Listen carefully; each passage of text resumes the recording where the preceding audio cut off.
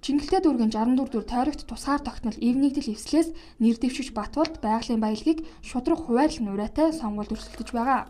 За өнөөгийн нөхцөлд Эрдэнэс 5 толгой болон оюу толгой зэрэг ордууд иргэдэд бус гадны компани хувь эзэмшигчдэд хэд дахин ашиг авчирсан гэж олон хүмүүс дүгнэжээ. За тэгвэл баялагын энэхүү шудраг бус тогтолцоог халж иргэдэд ашигтай тэгш хувь хүртээх, баялагийг үе шаттай ашиглах замаар ирээдүйд сан байгуулах зэргээр шат дараалсан ажлыг хийхээр мөрийн хөтөлбөртөд тусгажээ.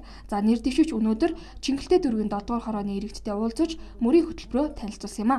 Би ялангуяа байгалийн баялагийг шудраг хуваарлъя. Нийгмийн баялагийг шудраг хуваарлъя гэсэн ийм одоо гол зорилготойгоор оролцож байгаа. Энэ маань бол иргэд ерөөсөө ойлгочихсон байна л да. Яагаад ядуу хүн байна вэ гэдгийг бол ядуу байна вэ гэдгийг бол иргэд энэ бүхэнтэй холбож ойлгож байна л да. Би бол энэ хүнийг л дэмжинэ гэж бодоод байгаа шүү дээ.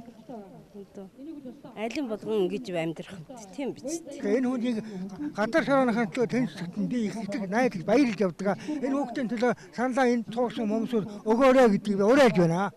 Хаалгалгүй явах чинь Батболдыг дэмжиж байна. Баялагийг ашиглахын хажуугаар нөхөн сэргээх ажлыг давхар гүйцэтгэж байгаль үнэт зүйлсийг сүйдэлгүй ашиглах нь ирээдүйн хойч үедээ хийж байгаа үнэт өв гэдгийг түүний мөрийн хөтөлбөрт тусгасан байна.